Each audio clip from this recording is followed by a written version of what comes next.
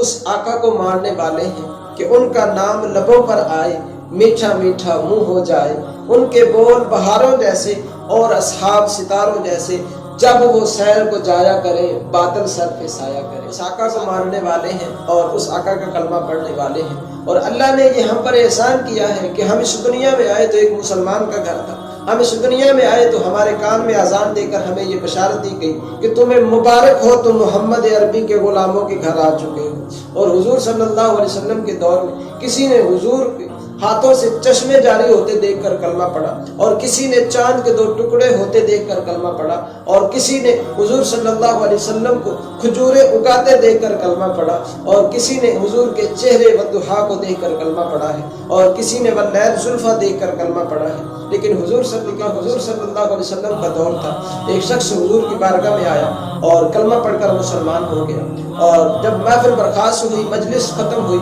تو کسی نے اس شخص سے پوچھا کہ ذرا بتا تو صحیح کہ تو نے اسلام میں ایسا کون سا کام دیکھا ہے کہ جس کی وجہ سے تو کلمہ پڑھ کے مسلمان ہو گیا؟ وہ شخص کہنے لگا کہ میں نے کوئی اتنی بڑی باتیں نہیں دیکھی، میں نے اسلام کے بارے میں بہت سنا تھا اور بہت چرچے اسلام کے سنے تھے، لیکن میں نے صرف ایک چیز اسلام میں دیکھی ہے کہ اس کے اندر ہر چھوٹے بڑے کا لحاظ کیا جاتا ہے، اور ہر امیر غریب کا امتیاز جو ہے وہ ختم ہو جاتا ہے۔ اور حضور صلی اللہ علیہ وسلم کی بارگاہ میں وہ کہتا ہے کہ محفل لگی ہوئی تھی، میں مدینے کی گلی سے گزر رہا تھا کہ ایک شخص حضور کی بارگاہ میں کھڑا یہ کہہ رہا تھا کہ یا رسول اللہ صلی اللہ علیہ وسلم، میرا بیٹا جو ہے وہ 3 دن سے گھر سے لاپتہ ہے، اور میں اس کو تلاش کیا جنگلوں میں اور اس کو جگہ جگہ پہ تلاش کر کے تھک چکا ہوں۔ میرے آقا نے فرمایا کہ بیٹھ جاؤ، تمہیں تمہارا بیٹا مل جائے گا۔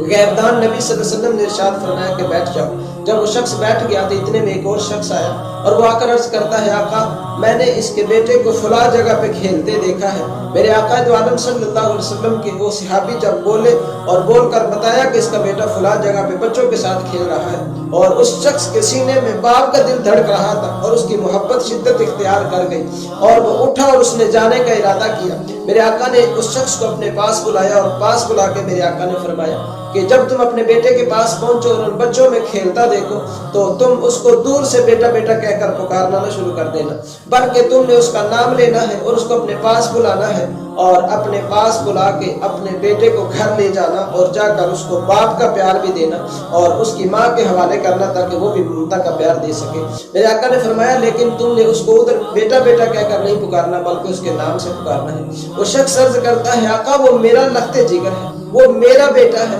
لیکن آقا میں اس کو بیٹا کیوں نہیں کہہ سکتا؟ آقا 3 دن سے میں نے اپنے بیٹے کی شکل نہیں کی، 3 دن سے میں نے اس کلیجے کے ساتھ اپنے بیٹے کو نہیں لگایا، لیکن آقا جب آج دیکھوں گا تو میری محبت یہ برداشت نہیں کرے گی کہ میں اپنے بیٹے کو سینے سے نہ لگاؤں۔ میرے آقا نے فرمایا کہ تیری بات ٹھیک ہے، تیری بات بجا ہے، میں تجھے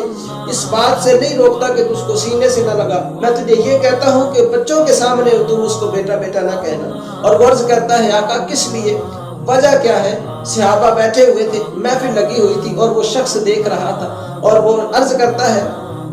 آقا کس لیے میں اپنے بیٹے کو سینے سے نہیں لگا سکتا؟ میرے آقا نے فرمایا کہ جب تو اپنے بیٹے کو دور سے بیٹا بیٹا کہے گا اور ان بچوں میں یتیم بچے بھی کھیل رہے ہوں گے، جب تیری آواز ان یتیم بچے کے کانوں میں پڑے گی تو ان کے سینے میں جو دل دھڑکتا ہے وہ دل ٹوٹ جائے گا، دل جو ہے وہ شکستہ ہو جائے گا، اور ان کو خیال اور تصور یہ آئے گا کہ کاش آج ہمارا باپ زندہ ہوتا تو ہمیں بھی آج بیٹا بیٹا کہہ کر پکارتا۔ میرے آقا نے فرمایا کہ ان کا سینہ پھٹ جائے گا، ان کے سینے میں جو درد ہے وہ شدت اختیار کر جائے گا، اور اس لیے تم ان کے دل کا خیال کرتے ہوئے اور ان کی عزت نفس کا خیال کرتے ہوئے تم اپنے بیٹے کو نام سے پکارنا اور اٹھا کے گھر لے جانا اور اس کو پیار بھی دینا اور اس کی ماں کے حوالے کرنا، وہ بھی اس کو پیار دے۔ وہ شخص کہنے لگا کہ میرے دل نے اس بات کی گواہی دی کہ تو اس سچے نبی اور سچے اسلام کو کیوں نہیں مان لیتا کہ جس کے اندر ہر انسان کی عزت نفس کا خیال کیا جاتا ہے۔